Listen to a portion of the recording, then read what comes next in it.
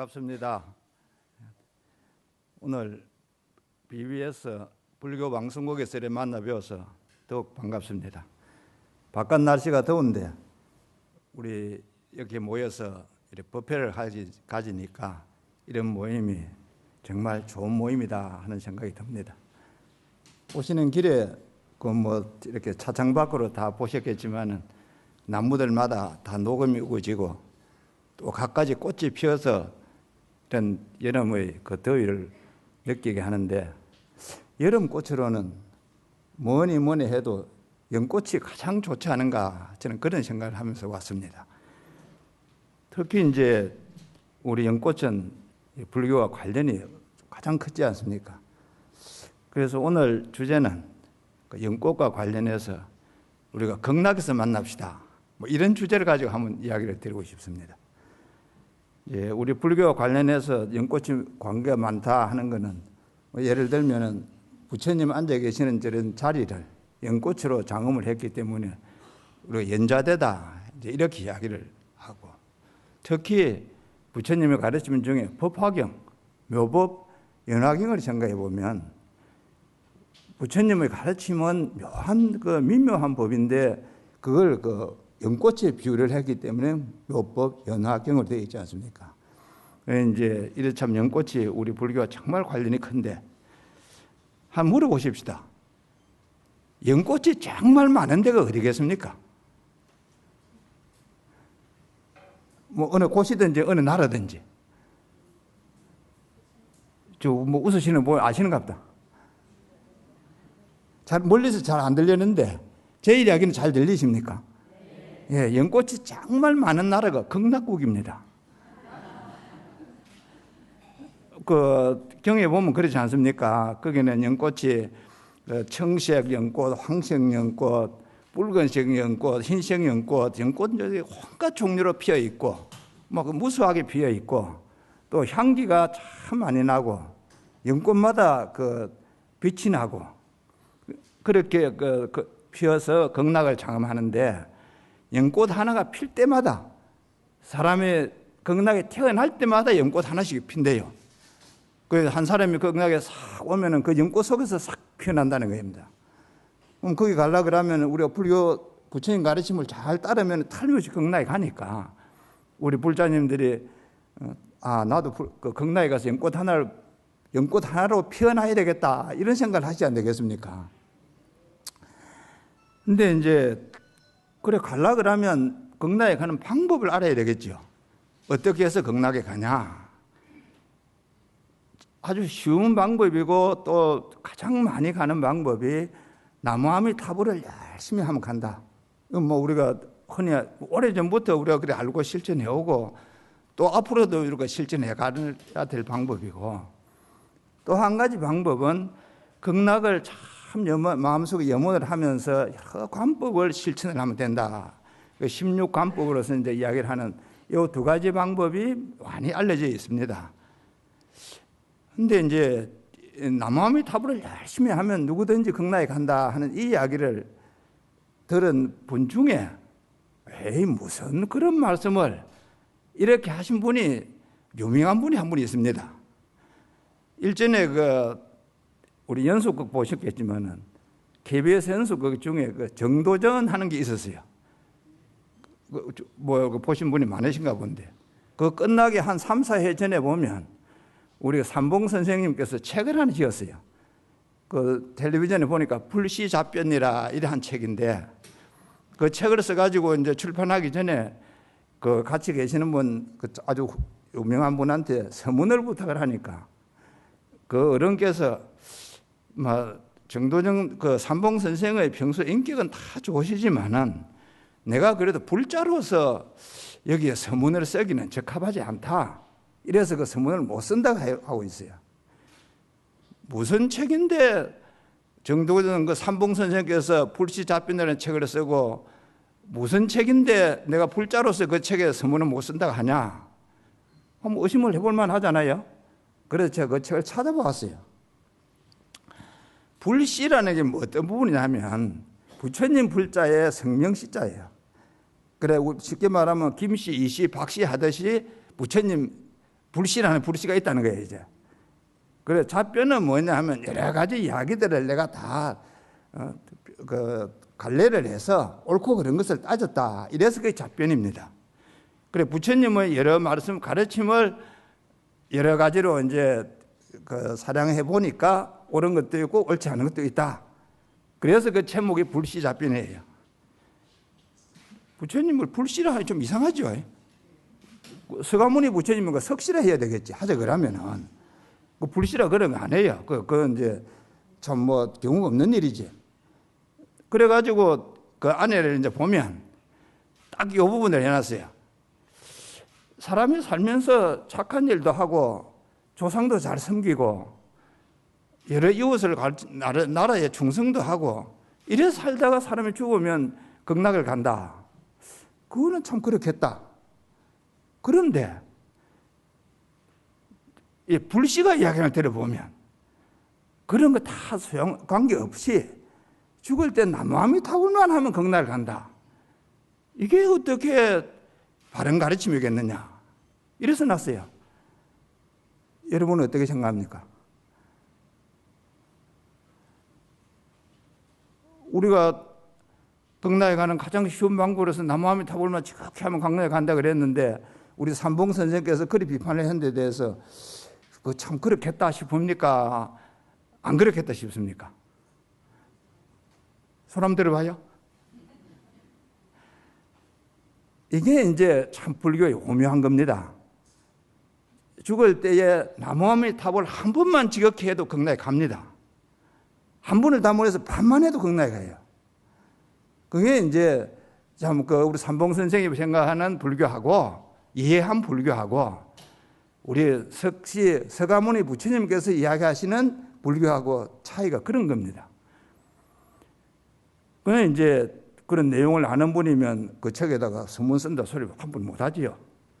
어쨌든 이제 불씨 답변이라는 그런 책을 쓰고 뭐 그 삼봉 선생 돌아가셨는데 참 세월이 흘러서 그 연속곡에 보면 그런 났잖아요.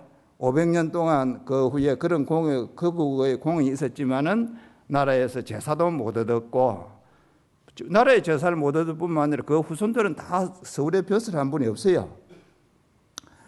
그리고 이제 갑오경작이 되고 나서 그런 이제 혐의가 없어졌다 이래 하는데 그걸 누가 있다가 이제 막 악의적으로 부처님을 그래 뭐 잘못 이해했으니까 잘못 말했으니까 그 과보로 그렇지 누가 이래 이야기한다 그러면 그거는 어떻게 생각하십니까? 우리 저 뒤에 계시는 보살도 어떻게 생각하십니까? 부처님 말씀을 그래 잘못해서 500년 동안 나라 제사도 못 얻어먹었다. 그래 이야기를 한다 그러면 그거 참 그렇겠다 하겠습니까? 안 그렇겠다 하겠습니까? 절대 안 그렇습니다. 그야말로 참 대자대비한 부처님 아닙니까? 잘 몰라서 그 이야기를 했다고 해서 500년 동안 그렇게 나라 제사도 못 얻게 하고 참 뭐 지옥에 갈란지 극락에 갈란지 그리 하실 분이 아닙니다. 그야말로 부처님은 대자대비해서 설사 잘 몰라서 그렇게 했거나 혹은 그 당시 어떤 상황 때문에 그렇게 이야기를 했다 해도 부처님의 참 자비로서는 그분이 그래도 극락에 갈 수 있도록 하지 500년 동안 그렇게 참 무참하게 하지는 않습니다. 오늘 돌이켜보면 우리가 누구든지 임종할 때에 한마음으로 나무아미타불만 해도 극락에 간다 하는데 참 삼봉 선생님 같이 그렇게 큰 공적이 있는 사람이 어째 극락 가는 게 어렵겠습니까? 그런데 이제 그 불교의 특징으로서 극락에 간다 했을 때는 부처님의 원력으로서 극락에 가요. 그래 나무아미타불 할 때 아미타 부처님께서 성불을 하시기 전에 공부를 할 때에 누구든지 나무아미타불 하고 그 극락에 오고 싶어 하는 마음을 내면 누구든지 극락에 오도록 하겠다. 이게 부처님께서 공부할 때 세운 원입니다.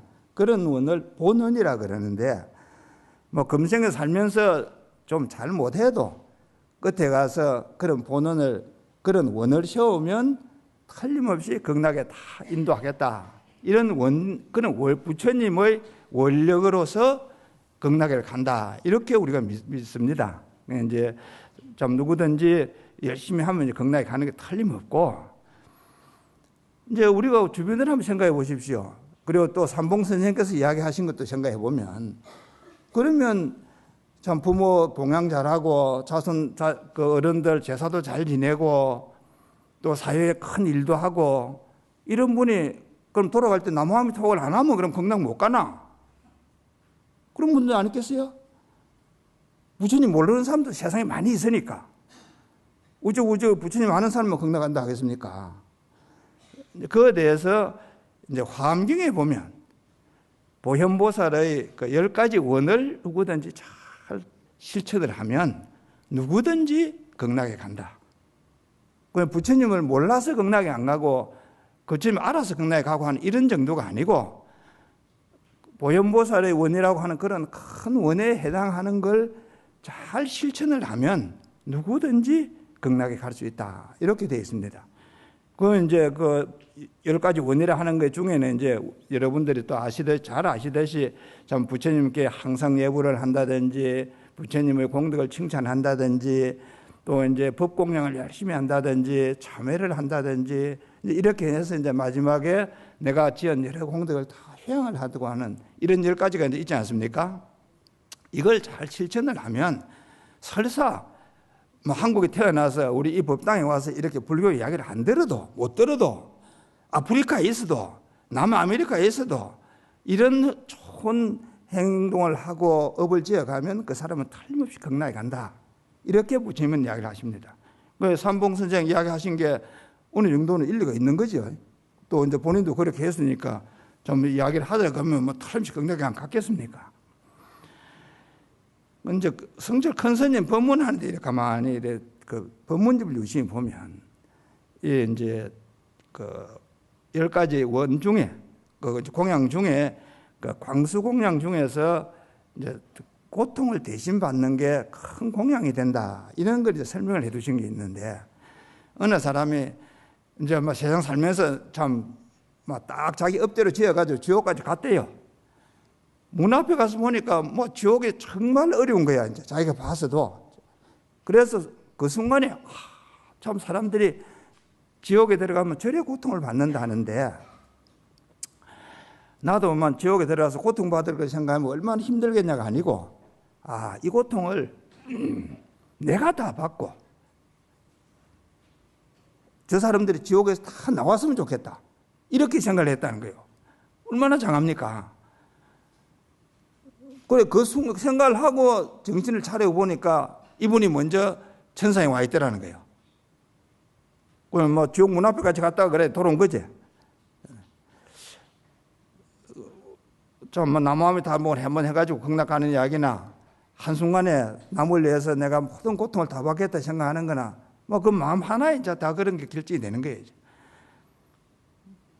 우리 이제 이런 이야기보다는 더 널리 알려져 있는 거는 저 프랑스 사람 그 로댕이 나라는 조각가가 만든 그 생각하는 사람 하는 그 조각품 기억 많이 하시죠? 그 조각품이 이래 박물관 안에 있는 게 아닙니다. 박물관으로 쓰고 있는 건물의 조각으로서 되어 있는 건물인 그 부분인데, 그 조각은 좀 재미있게 큰 문을 하나 조각을 해놓고 그 문지방 위에다가 생각하는 사람이 이렇게 이제 쪼그리가 앉아 있는 거예요. 근데 그래, 그 문은 그럼 무슨 문이냐 하면 지옥문이야. 그 열고 들어가면 이제 지옥 가는 거라.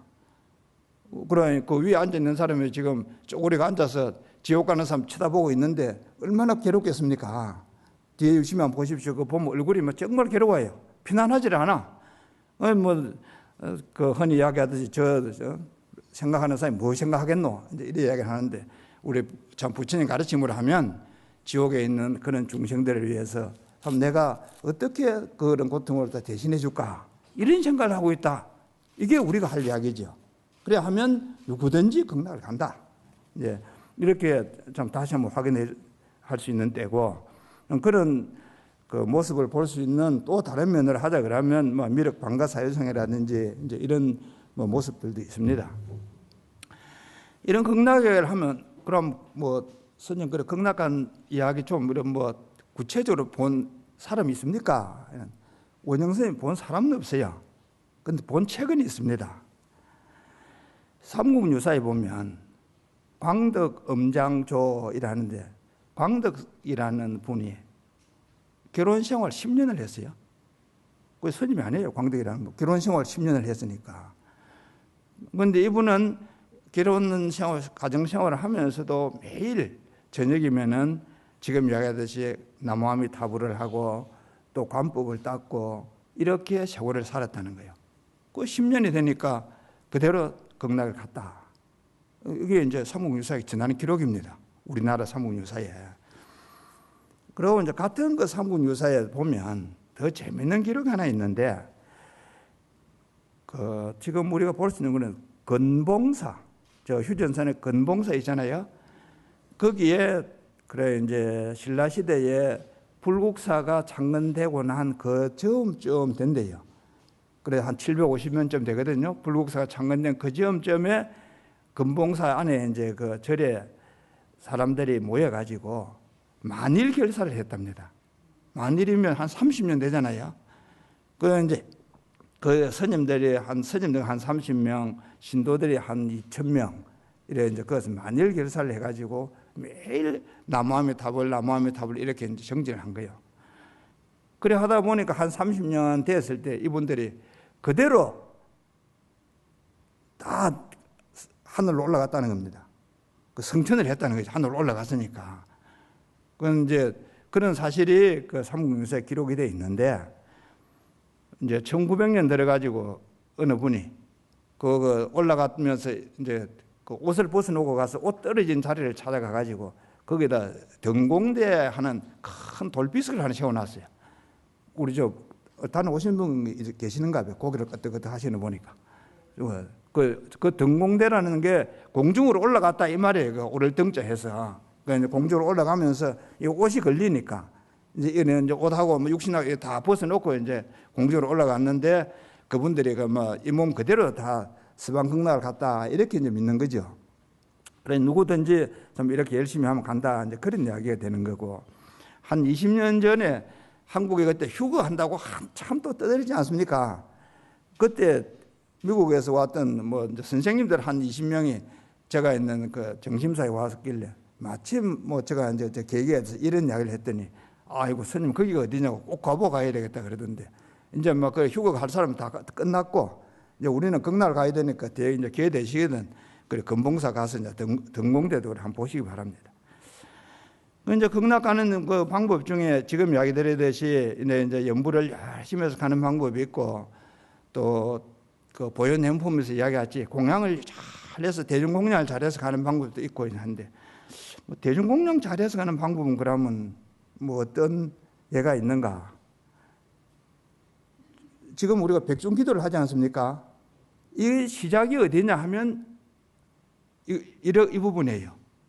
그 이제 좀 아시듯이 그 목련 스님께서 돌아가신 어머니를 위해서 수행하는 스님들한테 대중공양을 잘 하니까 그 스님들 공양한 그 공덕으로 지옥에 있던 어머니가 막 금방에 성천을 했다, 천상에 갔다 이렇게 이야기를 하지 않습니까?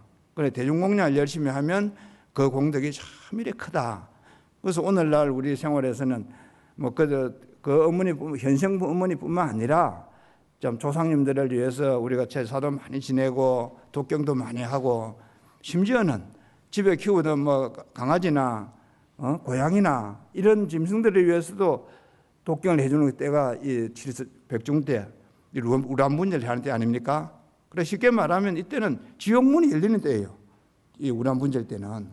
그래 할 수 있는 힘이 어디서 나오느냐 하면 이 공양을 한 이 공덕으로 지옥문을 열 수 있는 겁니다. 기회 되는 대로 공양을 많이 하시고 보시도 많이 하시고, 특히 우리나라는 보면 지금 선방 스님들 참 이 더운 때 공부한다고 열심히 하고 있잖아요. 지난주에 저도 가까이 있는 절에 가서 대중공양 한다고 가보고 왔었는데, 이 더운 때 모여서 그 정진한다는 게 정말 장한 거예요. 그 정진하는 스님들을 이렇게 공양한다는 게 무엇보다도 큰 그런 공덕을 쌓는 것이다 이렇게 믿으시고, 그런 기회 있는 대로 자주 하시기 바랍니다.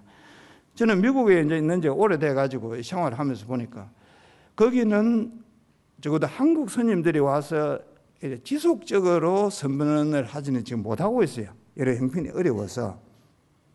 근데 이제 한 몇 년 전에 뉴욕 원각사에서 한번 그 선언을 한 적이 있는데, 그때 대중공양을 한번 간 적이 있었어요. 미국에서 거리 가면 대중공양 할 때 뭐를 가지고 갈 것 같습니까? 햄버거. 그래서 있는 스님들한테 이제 그 스님들이 그때 한국에서 이제 공부를 한다고 왔어요. 그래서 어떤 게 먹고 싶으냐 물으니까 한 스님 중에는 짜장면을 안 먹었으면 좋겠다. 이런 스님도 있고, 또 어떤 스님은 그래도 피자를 안 먹었으면 좋겠다. 이제 이런 말씀도 있어서 한 번은 피자를 몇 판 해가지고 간 적도 있고, 짜장면 또 해달라 해가지고 가지고 간 적도 있고 했었는데, 이제 지내보니까 그 미국에서는 그래 하고 싶어도 그럴 경우가 그래 흔하지 않습니다. 근데 우리 한국에서는 좀 마음만 내면 할 수 있잖아요. 이런 공덕을 우리 쌓을 기회가 있으니까 이제 그래 자주 하시고. 이런 중에 이제 제가 만난 한 미국 스님은 잡이 두 개예요. 투잡이야. 그래 하나는 자기가 스님이고 또 하나는 이제 운전수한테. 그래 왜 그러느냐 그러니까 아무도 자기한테 보시 안 해주는 거예요. 그래 자기 공부하기 위해서는 자동차 운전수라도 해야 공부를 한다는 거지. 그러면서 저한테는 어떻게 먹고 살다 이런 묻더라고요. 나는 한국에 있는 우리 신도분들이 후원을 해줘서 나는 그렇고 투잡 안 한다. 그러니까 참 한국 좋은 나라다. 미국 사람들이 이게 야만인이 돼가지고 수행하는 사람을 아직 존중할 줄 모른다고. 그래서 자기도 언제 한국을 한번 가봤으면 좋겠다 하더라고요. 언제 참 그래서 그래 하면 좋겠습니다. 그런 이야기를 한 적이 있는데, 우리가 일상생활 하면서는 스님들이 그런가 보다 이렇게 생각을 하고 지내지만은 그 한 분 한 분 지내는 스님들이 제가 미국에 있으면서 보니까 정말 귀한 스님들이고, 또 우리 한국 좀 문화를 치든지 불교를 치든지 이래 했을 때 그 스님들이 정말 귀한 스님이다 하는 생각을 새삼하고 있습니다. 그런 점에서 미국 불자들도 참 귀해요. 우리도 좀 이렇게 보면 불자들이 그렇게 좀 함부로 불자가 아니잖아요. 적어도 우리는 나중에 건강을 할 사람들인데, 이제 그런 면에서 보면 미국 불자들도 이제 백중 기도 때 되면 기도한다고 이제 사경도 참 열심히 하고, 또 절에 와서 독경도 열심히 하고, 다 직장에 되게 가지고 있는 사람이 많습니다. 그런 걸 보면서 참 이래 평일날 이런 시간에 법회를 한다는 건 제가 뉴욕에서 활동을 하고 있는데 뉴욕에서는 불가능해요. 영어로 하자면 impossible입니다. 그건 이제 그런 걸 보면 그래도 우리 불자님들은 참 그래도 복이 많아서 이 시간에 그래도 우리 법회를 할 수 있는 게 참 좋지 않습니까? 이래서 이제 우리가 참 죽어서 그 극락 가는 이야기도 듣고 또 다 좀 돌아가신 분들도 가도록 그래 하는데, 불교에는 또 뭐가 있느냐 하면 살아서 그럼 극락 가는 방법이 없나? 그래 좋다 하면 이게 있어야 될 거 아니에요? 있어요. 이제 에피소드이긴 한데, 어느 이제 스님이 해제가 됐어요. 그래 이제 혼자서 공부한다고 이제 어디를 가다가 어째 잘 못해가지고 언덕에서 떨어졌어. 그래도 참선하던 스님이니까 길을 가면서는 이제 이목구 화두를 이렇게 가지고 있었는데, 길에 떨어지는 순간에 이게 떨어지면 사람 죽겠네. 그럼 어째야 됩니까? 건강은 가야지. 떨어지면서 나무아미타불 한 거예요. 그러다 이제 어떻게 떨어져 버렸어. 이제 얼마만큼 시간이 지나서 이제 깨어났어요. 떨어지다 중간에 나무까지 걸린 거지. 그 처음 눈을 뜨면 참 겁나고 왔는가 하고 살펴보니까 저 위에 떨어진 데가 있고 저 밑에도 고개가 가다가 있는데 중간에 걸려 있는 거예요. 이게 죽지는 않았고, 그럼 어떻게 내가 몸을 안 다치고 저 내려가야 되겠는데, 그러면 이제 관세음보살 해야 되겠네. 이제 관세음보살 이제 이래 하면서 이제 어떻게 살살 기어서 이제 밑에까지 내려왔어요. 내려와서 생각을 하니까 그래도 내가 선방 수자로 참 이래 대중공양도 받고 공부를 하는 사람인데 이래서 되겠나? 또 이제 새로 이먹고 이제 새로 했다는 거예요. 그래서 이제 또 참선하는 거죠, 이제. 그래서 이 스님이 이제 참 그런 이야기를 이제 자기 경험으로서 이야기도 하고 또 우리가 여러 가지 수행하는 데 대해서 이제 이야기도 하고 하는데, 문제는 핵심은 죽어서 극락 가고 뭐 그렇게만 할 게 아니라 그럼 살아서 극락을 보는 방법이 뭐냐? 이걸 할 때는 간단히 말하면 이래 이먹고 하는 이 화두를 열심히 하면 살아서 극락을 본다는 겁니다. 이게 핵심이에요. 지금 우리가 배우고 실천하고 있는 이 참선법이 살아서 지금 내가 이 세상 살면서 극락을 보자 하는 게 목표지. 여기서 극락 못 보는 사람이 죽어서 극락을 본다는 게 얼마나 보장이 되겠습니까? 근데 이제 이해하는 부분에서는 다른 면을 한번 이야기해 볼 수 있죠. 반야심경 한번 생각해 보십시오. 다 외우시죠? 그 첫 규절이 뭐냐 하면 관자재보살이 깊은 반야 바람일다를 행할 때 온이 공한 것을 비추어 보고 온갖 고통에서 벗어나느니라. 그렇게 되어 있잖아요. 그 이제 관자재보살님은 관세음보살님의 같은 분입니다. 근데 극락에서 아미타 부처님을 항상 모시고 있어서 우리가 볼 수 있는 그 관세음보살님은 그 머리에 보배에 모자를 쓰고 있는데 거기 아미타 부처님이 항상 앉아 계세요.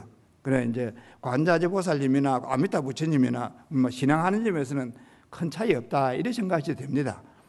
그래 이제 극락을 가려 그러면 뭐 관세음보살이나 아미타 부처님이 도와주시면 극락에 그래 쉽게 가는 건데 극락이라는 데가 어떤지 하면 말 그대로 즐거움이 많은데 즐거움만이 있는 데가 극락입니다. 지극할 극자를 하고 즐거울 낙자를 쓰는 데거든요. 그러니까 반야심경에 하자 그러면 일체의 고통과 어려움을 다 벗어난 데 도일체고해하는 모든 고통이 다 없어진 데가 극락이에요. 이제 앞에서 생각해 보면 반야를 깊이 행해서 온이 공한 것을 알면 일체의 고통이 다 없어진다. 그럼 극락이 된다 이 말씀이에요. 근데 이제 그 온이라는 말은 다시 말하면 이제 우리 몸과 마음을 이야기합니다. 내 몸과 마음이 공하다 하는 것을 비추어 알면 그냥 들어서 하는 거는 뭐 누구든지 알 수 있는데 비추어 알라 그러면은 좀 공부를 해야 돼요. 그건 이제 불교적인 공부를 해야 되고 참 이런 기회에 이야기도 좀 들어야 하는 게 이제 비추어 하는 거니까. 그러나 이제 이 비추어 하는 그런 반야로서 비추어 알게 되면 모든 고통이 다 없어지고 현생에서 극락을 실현한다. 이 이야기가 그 반야심경 첫 기전입니다. 그런 분이 있나? 있지요.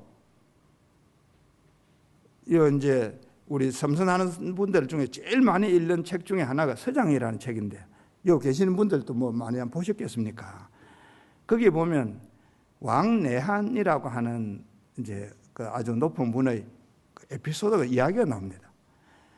이제 서장을 지은 그 대스님께서 그 왕내한이라는 분한테 보낸 글인데 책 귀절이 뭐냐 하면 이제 이 왕내한이라는 분의 5째 아이가 병으로 죽었다 하니 얼마나 상심하겠습니까? 여기 첫 귀절이에요.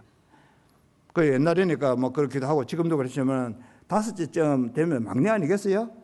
막내 되는 애가 병으로 죽었다 하니까 5대 막내니까 애가 어렵겠어요? 그러면 그 어른 마음이 어떻겠습니까? 그 이제 상심을 하고 있는데 이 대스님 말씀이 참 부자간의 정리라는 건 그건 일륜으로 되는 게 천륜이다. 그래 자식이 죽었으니 아버지가 애달파하는 게 그게 당연하다. 이렇게 이야기를 하고 있어요. 지금 들으면 당연하죠. 그래 옛날에는 당연 안 해요. 부모가 죽어서 자식이 애달파하는 게 당연하고 그래 해야 되는 건데 자식 죽었다고 부모가 애달파한다? 그게 어디 당연해요.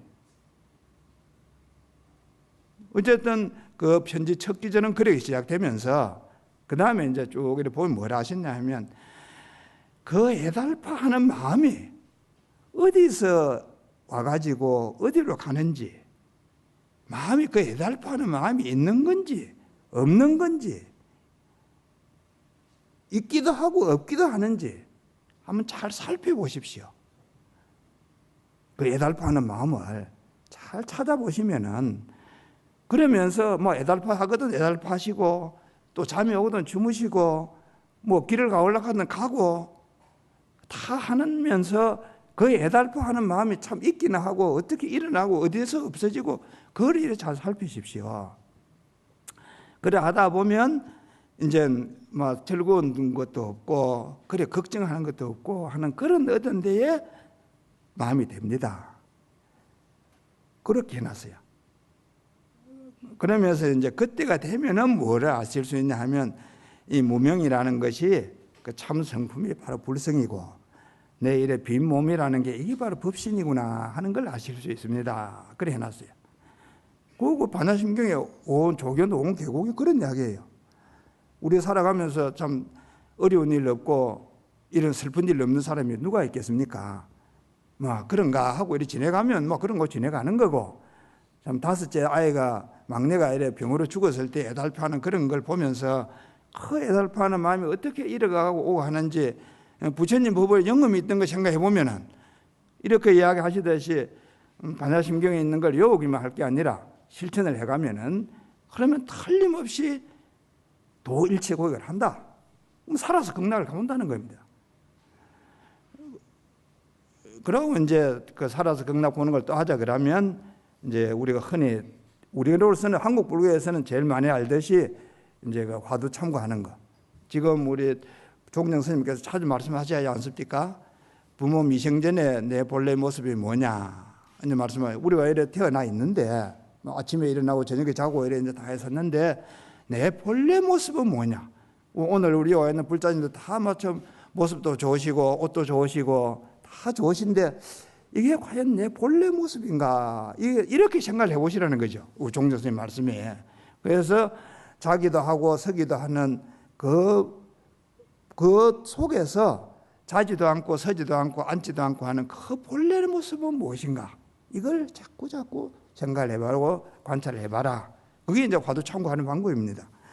혹은 이제 다른 거를 하면 마음도 아니고 물건도 아니고 부처도 아니니 이게 무엇인가 하는 이제 그런 거 화두도 있고 한데 이런 이제 성인들이 깨치는 인연이라든지 그 법문의 내용이나 이런 걸 이제 자꾸 참고를 하다 보면 이제 좀 그 마음에서 저절로 극락을 이제 알게 된다. 이제 그런 말씀이 있는 거고. 이런 중에 이제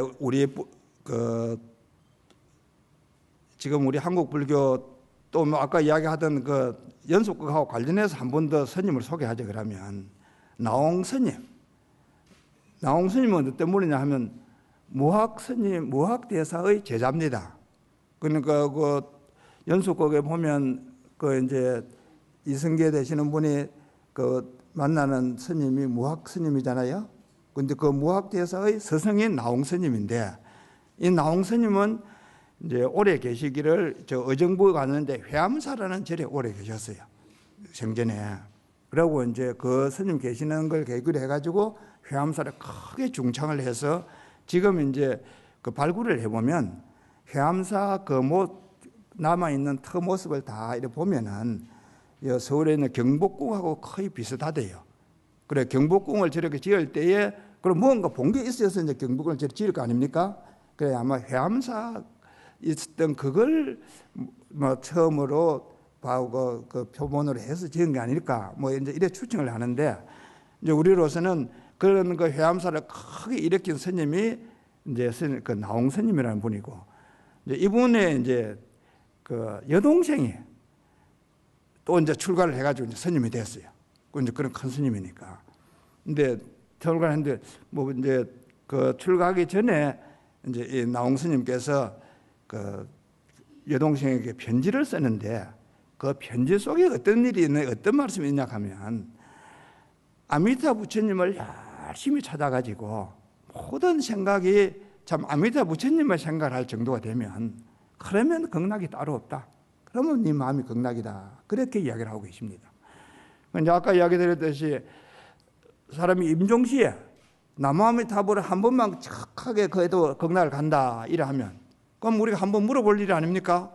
그럼 생시에 내가 좋은 마음으로 편안한 마음으로 그 남아미타불을 지극히 하면 그럼 뭐 어째 되지? 우리 그 많이 하고 있잖아요.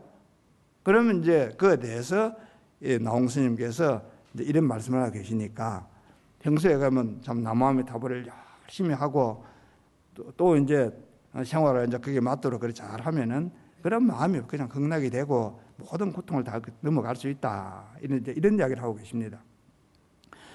죽어서 극락 갈 뿐만 아니라 현생에서 이제 극락을 가는 걸로 생각하면은 이래 참 지금 이야기 드리는 이런 그 수행을 해가면은 현생에서도 바로 극락이 된다. 이런 걸 이제 우리 생활하는 데서 하자 그러면 성철 큰 스님은 뭐 요약하시겠어요. 이런 말씀을 하시더만은요. 남을 존중하는 마음, 상대를 존중하는 마음이 바로 극락이다. 우리 뭐 참 듣고 보면 참 큰 스님 말씀이시다 한데 그렇게 이야기를 할 수 있을 땐 여러 이제 다른 스님들이 들자면 지금 이야기 드린 그런 이야기 드립니다.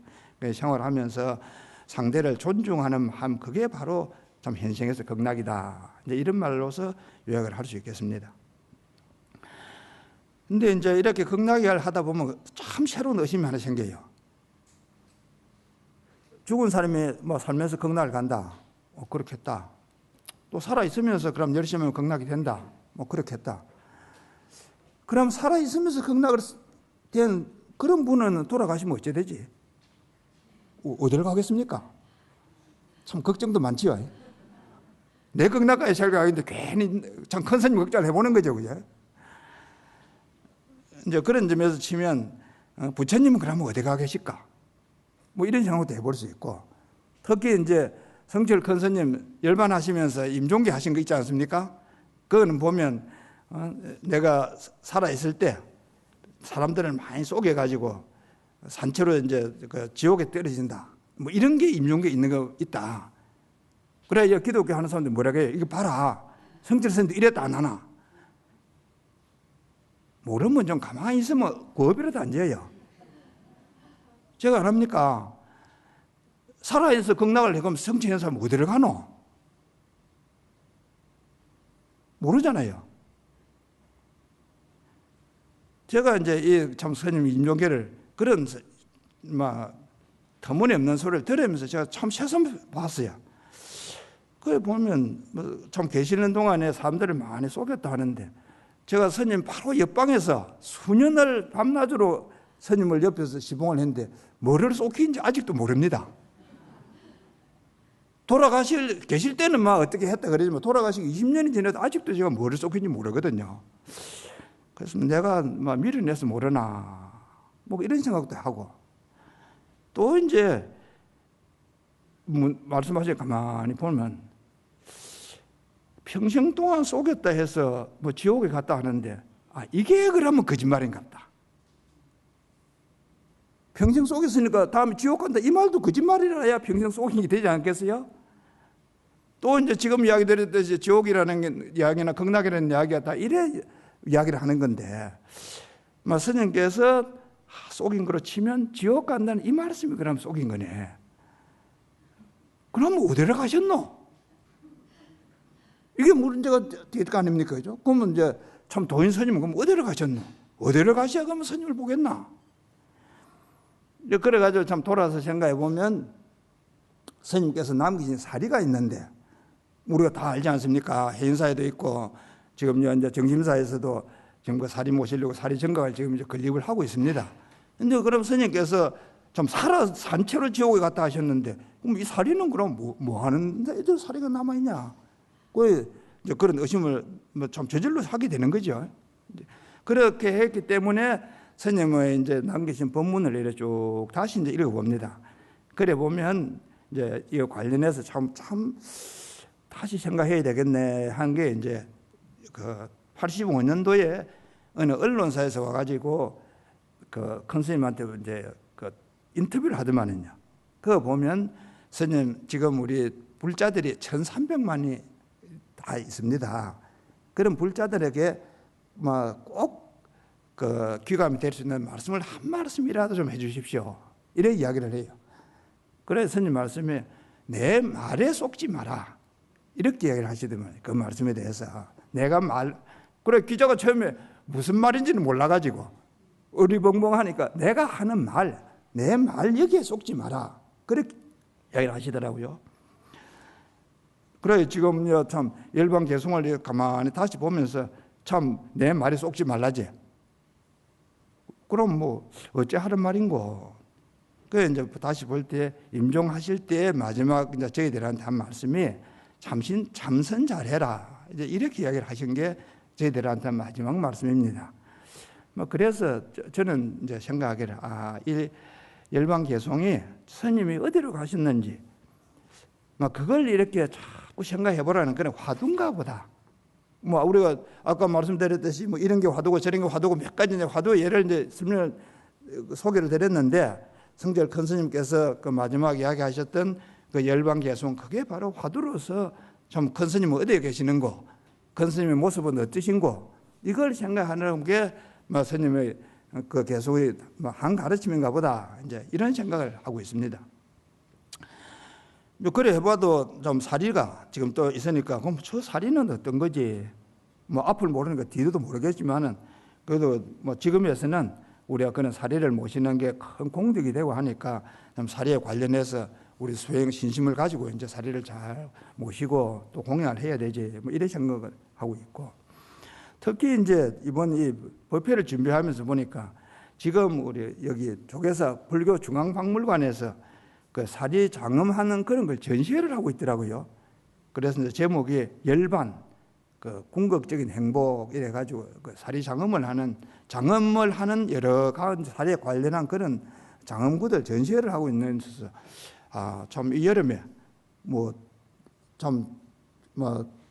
계절적으로 치면 별 관계가 없는가 싶으지만 그래도 아까 말씀드렸듯이 저렇게 참 극락을 생각해보고 이 세상을 살아가는 그 바른 가르침을 생각해 본다 그러면은 어른 스님들, 참 큰 스님들의 저런 열반을 되새겨 보는 게 정말 의미가 크겠다 이런 생각이 듭니다. 우리 오늘 오는 불자님들도 또 시간 되신 대로 한번 그거 한번 가보십시오. 이래서 누구든지 마음속으로 이제 참선을 하고 또 그 광수공양이라 하는 것, 법공양을 이렇게 잘 실천을 하면은 그러면 어디든지 참 극락세계가 아닌 데가 없고 또 연꽃 하는 데마다 부처님을 표현하고 우리가 참 부처님으로서 그 연꽃에 화생을 하게 된다. 이렇게 이제 큰 스님께서 이야기를 하십니다. 우리가 생활하면서도 참 참선 열심히 하고 그런 공양을 열심히 하시기 바랍니다. 그리고 이제 오늘 시간도 되고 해서 오늘 본문을 결론적으로 이야기를 하나 드리자면 중국 청나라 말에 그 인광스님이라는 분이 그 말씀을 하셨는데 보살하고 중생하고 차이가 뭐냐? 많이 있겠죠. 근데 이제 큰 스님께서 말씀하시기는 보살은 원인을 두려워해서 그 악한 원인을 만들지 않으려고 조심을 한다. 근데 일반 중생은 결과를 두려워해서 악한 원인을 만드는 것은 조금도 겁내지 않는다. 이렇게 이야기를 하시더만. 그래 자기가 좋아하는 대로 하기는 다 저질러 놓고 나중에 결과가 오면 아이고 죽겠네요. 부처님 살려주십시오. 이런다는 거예요. 그 보살은 처음 원인에서 착한 거 선한 걸 하려고 애를 써서 그러면 오는 결과는 결과로서 그냥 받아들이게 되겠지요. 참 부처님 법의 인과를 이야기하면 그 인과가 확실한 거 아니겠습니까? 그러면 우리는 어떤 원인을 만들어야 되겠습니까? 참 금생에도 극락을 만들고 내생에도 극락에 갈 수 있는 그런 원인을 만들어야 안 되겠어요? 그래서 이제 그 과보로 나중에는 다 극락에 그 연꽃에 그 화생하는 그런 과보를 받으시기 바랍니다. 다음에는 우리 극락에서 만납시다. 예.